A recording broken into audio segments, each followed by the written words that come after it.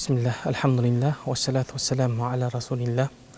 Сөзімді шексіз мейірімді жана ченемсіз райымды болған Аллах Тааланын менен баштагандан кейін, аламдардын ээси болгон Аллах Таалага мактууларды айтып, андан кейін биздин сүйүктүү пайгамбарыбыз, пайгамбарлардын эң акыркысы, бирок Аллахтын алдында эң кадыр бактуу, улуу, сыйлуу биздин сүйүктүү пайгамбарыбызга жана анын үй бүлөсүнө жана анын сахабаларына Аллахтын салам жана салаваттарын жолдогондон кийин диндеги эң негизги бир ибадаттардын бири болгон шүкүр жөнүндө сөз кылмакчыбыз. Эми ушул эле кайра шүкүр жөнүндө сөз кыла турган болсок, шүкүр жөнүндө аят хадистер аябай көп. Ошол эле аяттардын ичиндеги Аллах Таала сиз менен бизге берип аткан бул жашоодогу ар кандай нерселер бар. Анын ичинде Аллах Таала сиз менен бизди инсан кылып жараткандыгы, инсан кылып эле жаратпастан Аллах Таала сиз менен бизге акыл эс бергендигин, Аллах Таала бул чоң неамат экендигин эскертет. Аллах Таала өзүнүн сөзү болгон Кур'ан-ы Каримде мындай деген бир аят бар. Валлаху ахражакум мин бутуни уммахатикум ла та'ламуна шай'a. Аллах Таала силердин ар бириңерди энеден бул жарык дүйнөгө төрүлгөн кезде эч нерсени билбеген абалда кылып жаратты. Ва жa'ала лакум сам'a вал абсар вал афида. Аллах Таала чындыгында силер үчүн уга турган кулакты, көрө турган көз, вал афида жана акыл ой жүргүзө турган жүрөк берди. Эмне үчүн десе, лa'аллакум ташкурун, балким Аллахка силер шүгүр кылууңар үчүн деп айткан. Аллах Таала сиз менен биздин бул жашоодогу ар бир жаратылган нерсенин Аллах Тааладан берилген неамат экендигин баса белгилеген. Фазкуру, эстегиле дейт. Ин кунтум, эгерде силер ин кунтум калилен мустатафина фил ард, тахафуна ан ястахлифакум наса. Эгерде силер алсыз болгон абалда бул дүйнөдө ушундай жашасаңар дагы, бирок Аллах Тааланы эстегиле. Аллах Тааланын жардамына силер келген кезде Wa ayyadakum binasrih. Alloh Taala o'z yordami bilan kelib, wa razaqakum minat tayyibat. Alloh Taala sizlarga har qanday yaxshi bir toza, Alloh Taolaning adal nesler menен ысылгандыргандыгына эмне үчүн десе, la'allakum tashkurun, sizlar shukr кылууңар үчүн деп айткан. Аллах Таала сиз менен бизге берген неаматтарды эсептеп бүтө албайбыз. Аллах Таала ошон үчүн Кур'ан-ы Каримде ушундай деген аят бар. La in shakartum la azidannakum. Егер Аллахка шүкүр кылсаңар, Аллах мен анда арттырып берем деген Аллахтын вадасы хак. Аллах Таала демек сиз менен биз ар бир колубуздагы неаматты арттыра турган, көбөйтө турган. Тагыраак айтканда, сиз менен биз азыркы күндөгү бул жашоодогу акыретке түбөлүктүү бизнестин эң жакшы жолу шүкүр кылуу менен башталат. Аллах Таала ошон үчүн эскертип, la in shakartum la inna azaba la shadid. Эгер анда Аллах берген неаматтарды жокко чыгарсаңар, күфүрлүк кылсаңар, анда менин азабым каттуу деп эскерткен. Аллах Таала башка бир аятта ачык айтып, ин такфуру, эгерде силер Аллах берген неаматтарга күфүрлүк кылсаңар, анда fa innallaha ghaniyun ankum la yarda li ibadihi al-kufr. Аллах Таала силерден эч нерсеңерге муктаж эмес. Аллах Таала бүткүл ааламга чыныгыдыгы муктаждыгы жок болгон колунда эң бай адам, эң бай зат болуп эсептелет. La yarda li ibadihi al-kufr. Аллах чындыгында бенделерине күфүрлүккө эч качан ыраазы болбойт дейт. Wa in tashkuru yardahu lakum дейт. Эгер Аллахка шүкүр кылсаңар, Аллах мына ошондо силерден ыраазы болот. Анда демек сиз менен биздин бул дүйнөдөгү ар бир кылып аткан ишибиз Аллах Тааланын берип аткан неаматтарына шүкүр кылууга байланардыгын эстен чыгарбашыбыз керек. Аллах Таала пайгамбар саллаллаху алейхи вассаламдын өзүнүн берекелүү хадисинде мына ушундай деп айтат. Ажабан ли амрил муъмин. Чындыгында мумин мусулман адамдын иши ушундай таңгаларлык деди. Fa inna amrahu kulluhu khayr dedi. Чындыгында мумин мусулман адамдын бардык жасаган амалы ал жакшылык деди. Laysa zalika li ahadin illa lil mu'min. Бун чындыгында мындай бир жакшылык мумин мусулманга гана берилет деди. Кандайча десе, ин асабатху сарра. Эгерде ага бир жакшылык сүйүнүчтүү нерсе жете турган болсо, ага шүкүр кылат, ал дагы ал үчүн жакшылык. Fa in asabathu darra. Эгерде бир күйүнүчтүү, кайгылуу нерсе жеткен болсо, ага ал сабыр кылат. Факана хайран ла, ал дагы ал үчүн жакшылык деп айткан. Демек сиз менен биздин Аллах Таала тарабынан берилип аткан нерсенин бардыгы Аллах Таала тарабынан берилген чоң бир неамат экендигин эч качан эстен чыгарбоо керек. Дагы бир хадиске токтолгум келет. Пайгамбарыбыз саллаллаху алейхи ва салламдын өзүнүн берекелүү бир хадисинде Бани Исраил, тагыраак айтканда Якуб алейхиссаламдын урпактарынан болгон бир 3 адам жөнүндө Аллах Таала пайгамбар саллаллаху алейхи ва саллам кабар бергендигин айтат. Пайгамбар саллаллаху алейхи ва саллам бул хадисте ушундай деп баштайт. Аллах Таала бул хадисте 3 бир адамдын абалын Аллах Таала бул дүйнөдө сыноо үчүн жараткандыгын айтат. Аллах Таала бул аятта ана Абу Хурайра радияллаху анху, Абу Хурайра радияллаху анхудан сиз менен бизге жеткизип берген бул хадисте пайгамбарыбыздын ушинтип айтып атканын уктум дейт. Инна салатата мин бани Исраил. Ошол Бани Исраил, Якуб алейхисаламдын урпактарынан болгон бир 3 адам жөнүндө баяндап, Абрас вал Акра вал А'ма деген. Биринчиси ал Абрас дейт. Ал ким? Ал Абрас деген чындыгында денесине ак түшүп кеткен адам деп айтылат. Бул оору. Демек бул дүйнөдө Аллах Таала ар кандай сыноо менен сынагандык үчүн бир адамды балким бир оору менен сынайт дейт. Экинчиси болсо ал Акра. Ал чачы жок адамды айтат. Асла деп да келет кээ бир ааяттарда. Вал А'ма. Үчүнчүсү болсо көзү көр адам деп айтты. Аллах Таала бул 3 адамды сыноо үчүн Аллах Таала бул дүйнөдө жараткандан кийин Аллах Таала булардын ошол Аллах Таала тарабынан берилген сыноону дагы бир сыноо, экинчи бир баскычын Аллах Таала пешенелеринде ушундай бир сыноо бар экендигин Аллах Таала эстетип, андан кийин фабата илейхим малакан дейт. Аллах Таала аларга бир периштени жиберди.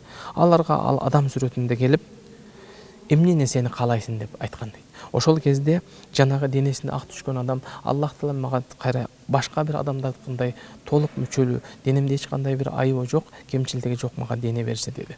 Мен ушул оорудан айыксам деди.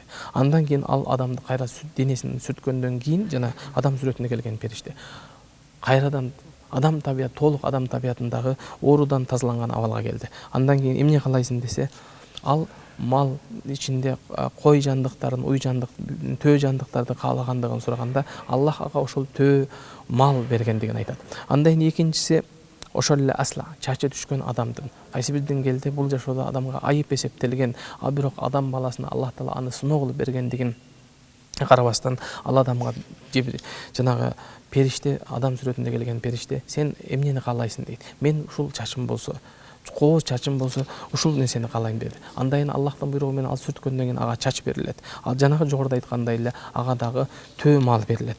Андан кийин үчүнчүсү көзү көрбөгөн көргө келет. Ага келгенден кийин Аллахтын жогоруда айтылган бардык нерсе кагыдыла кайталанат. Ага да Аллах Таала көзүн кайтарып берет.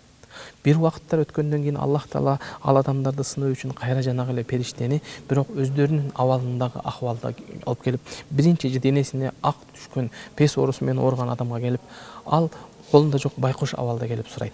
Ал сураган кезде эмне дейт? Аллах Таала, мен ант ичип айтам, Аллах Таала сага нематыңды, ушул нематтарды кайтарып берген Аллахка ант ичип айтам, мен мусафир жолоочумун, мен кыйналып турам, ошол Аллах берген мал мүлктөн мага жардам бер деп сурайт. Ал кезде анын айткан жообу эмне дейт? Ал айтат, жок дейт. Мен бул нерсени фа иннама варасту хазал мала кабиран минал анил кабаир деп айтат. Мен бунду өзүмдүн чоң аталарымдан мурас кылып калтырган мал мүлкүм деп Аллах Таала сиз менен бизге берген бул дүйнөдөгү мал мүлктү Аллах Таала тарабынан берилгендигин унутуп четке кагат. Сиз менен биздин жашообузда сабак ала турган нерсе, ар бирибиздин башыбызда бул бар нерсе. Ал эми андан кийин бул ушундай деп айткан кезде жанагы периштенин айткан жообу эмне дейт? Фаин кунта кафибан. Эгерде сен ушул айткан сөздөрүңдү жалганчы болсоң, Аллах Таала сени мурункудай абалыңа кайтарсын деп дуа кылып кетет. Андан кийин ал адамдын дагы мурункудай абалына кайтып калат. Андан кийин жана жогоруда айткан чачы түшүп калган, чачы жок адамга келип, Аллах Таала берген нематтарын эстетип, ал өзүнүн мусафир экендигин эстеткенде, ал дагы Аллахтын берген нематтарын четке кагат. Бул мен өзүмдүн ушундай, мен буну эч ким Алла неме кылган эмес деп, Аллахтын берген жакшылык нематын эсинен чыгарган кезде, ал дагы жанагы периште, адам сүрөтүндө келген периште жанагы эле каргыз сөздү кайталап, ал дагы мурунку абалына кайтат.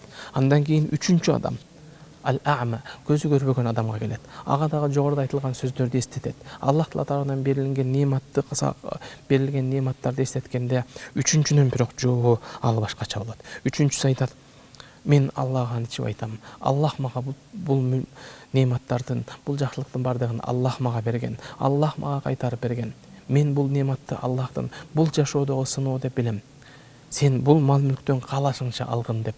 Ал адамга ушундай бир жакшы мамиле кылган кезде, ал периште айтат, Аллах Таала сенин малыңа береке берсин. Чындыгында Аллах Таала силерди Аллах Таала тарабынан сыналган, бирок тилекке каршы башындагы экөө Аллахтын берген нематтарын эсинен чыгарган, унуткан абалда Аллахка күфүрлүк кылган үчүн Аллах Таала алардын кайра мурункудай абалына кайтарып, шүгүр кыла албагандык үчүн Аллах Таала алардан ал немат жакшылыкты алып койгондугун сабак болсо, экинчиси болсо Аллах Таала берген нематтарды эстеп, Аллахка шүгүр кылып, анын колачактыгы, берешендиги, жардам бергендиги, демек Кудайга жаккан сүйүктүү амал болгондуктан, Аллахка шүгүрдүн эң бир тужоксу болгондуктан дагы Аллах Таала эмне деди?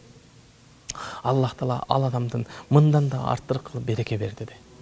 Мына ошондуктан дагы сиз менен биздин Аллахтын нематтарын эстеп бүт албайбыз бул дүйшөдө. Аллах Таала Куранда чындыгында Аллахтын сиз менен бизге берип аткан нематтарын эсептеп бүтө албайсыңар деди. Эсептеп бүтө албайбыз. Аллах Тааланын сиз менен бизге берип аткан нематтарын эсептеп бүтө албайбыз.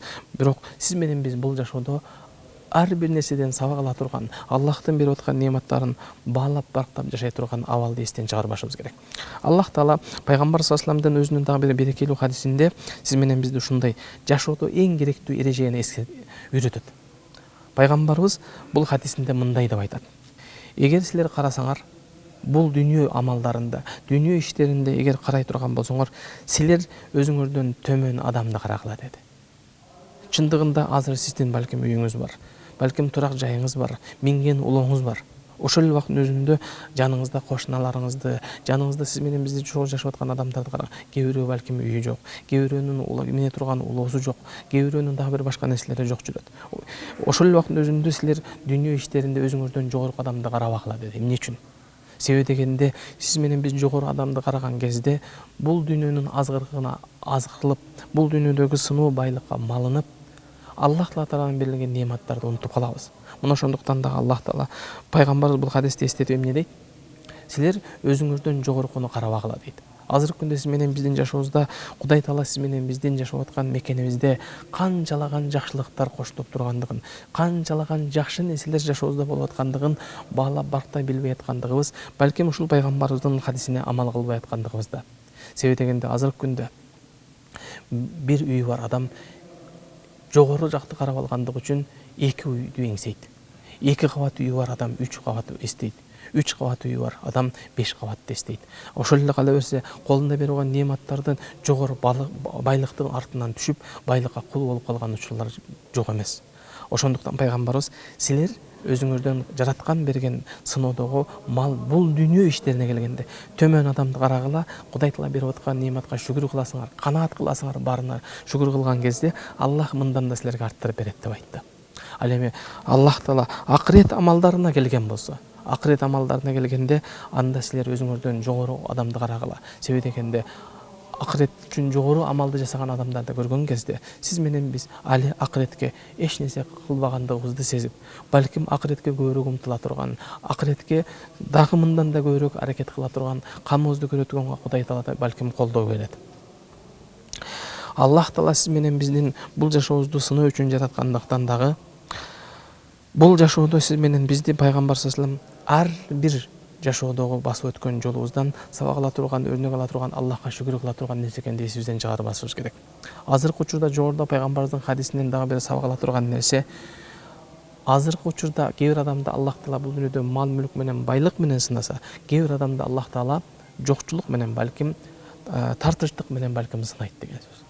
Кээ бир адамга чындыгында Аллах Таала жакшылык эшиктерин ачкандыгы, мал мүлкүнө береке берип аткандыгы, анын шүгүр кылуусуна байлана турган болсо, экинчи убакытта эле Аллах Таала ага ошондой жакшылык нематтарын көп берип аткандыгы Кудайдын ошол адамга берилип аткан сыноо экендигин эч качан эсибизден чыгарбашыбыз керек. Аллах Таала бир адамга жакшылык эшиктери ачылып аткан болсо, анын иштери жүрүшүп аткан болсо, Аллах Таала адамды жакшы көргөн үчүн Аллах Таала адамга жакшылык эшиктерин ачкандай эле Аллахтан дагы бир коркунучтуу, балким өзүбүзгө сабак алып, Кудайдан көбүрөөк дуа кыла турган нерсе, дайым эле иши жүрүшүп аткан адам, жакшылык эшиктери ачылып аткан адам, Аллах Таала жакшы көргөн үчүн эмес, балким Аллах Таала бул дүйнөдө эртең азабы, акыреттеги азабы оор болуш үчүн ага дагы жакшылык эшиктер ачылгандыгын эч качан эсибизден чыгарбашыбыз керек.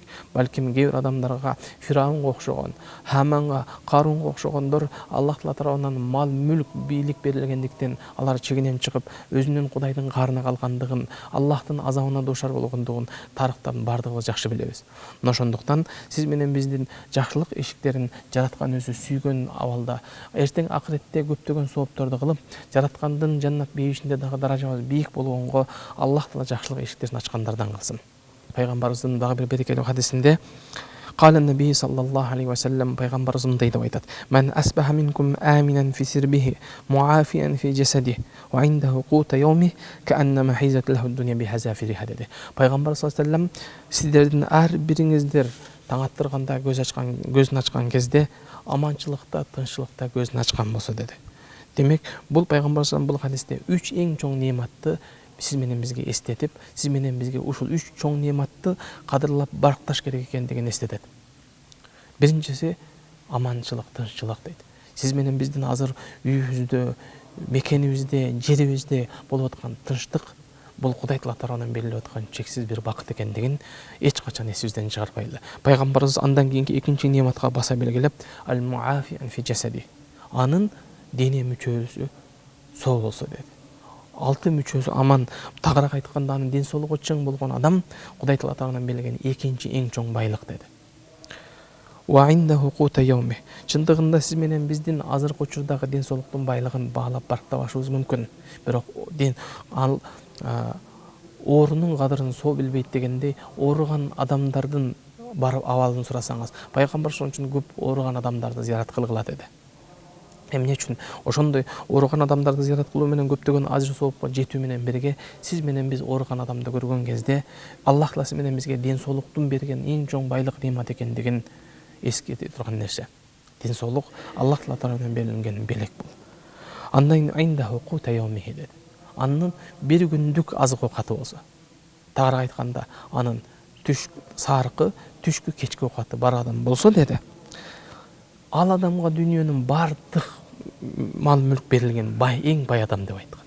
Демек, үчүнчү байлык сиз менен биздин бир күндө эле азык оокатыбыз болсо дейт. Эмне үчүн пайгамбарыбыз бир күндүк деп айтты дейт.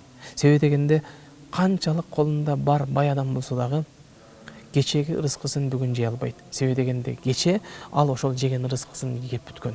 Же кече бүгүнкү кошуп жей албайт. Колунда бар дагы жок дагы бир күндүк гана рызкыны жей алат.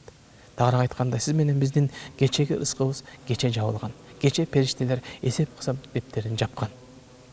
Ал эми бүгүн бир күндүк деп аткандыгынын дагы бир баса белгилеп кете турган нерсе, сиз менен биз эртеңкиге өмүрүбүз барбы, жашообуз калдыбы, жараткандан жалгыз жараткан гана билет. Эч кимге белгисиз. Сиз менен биз эртең барбызбы, жокпузбу Кудай билет.